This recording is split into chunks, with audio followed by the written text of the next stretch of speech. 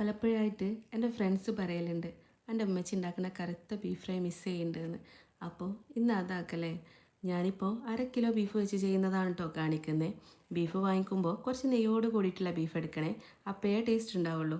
അതിലേക്ക് 10-15 ചെറുള്ളി കട്ട് ചെയ്തതും ഇഞ്ചി വെളുത്തുള്ളി പച്ചമുളക് ചതച്ചതും കറിവേപ്പില, മുളക് പൊടി, പെരിഞ്ജീരകം, മഞ്ഞൾപ്പൊടി, ഗരം മസാല, മല്ലിപ്പൊടി, ഉലുവ, പിന്നെ ഒട്ടും വെള്ളമില്ലാത്ത ബീഫും ഉപ്പും വിനെഗറും വെളിച്ചെണ്ണയും ചേർത്ത് കൈ വെച്ച് നന്നായിട്ട് ഞരട്ടിയെടുക്കുക.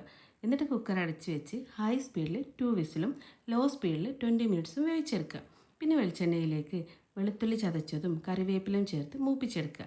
എന്നിട്ട് കുക്കറിലുള്ള ഗ്രേവി ഒഴിച്ച് ചെറുതായിട്ടൊന്ന് വറ്റിച്ചെടുക്കുക. പിന്നെ അതിലേക്ക് തന്നെ ബീഫും ചേർത്ത് ഇളക്കിയെടുത്ത് അപ്പോഴും ഇപ്പോഴായിട്ട് കുറേശ്ശെ വെളിച്ചെണ്ണ ചേർത്ത് പൊരിച്ചെടുക്കുക.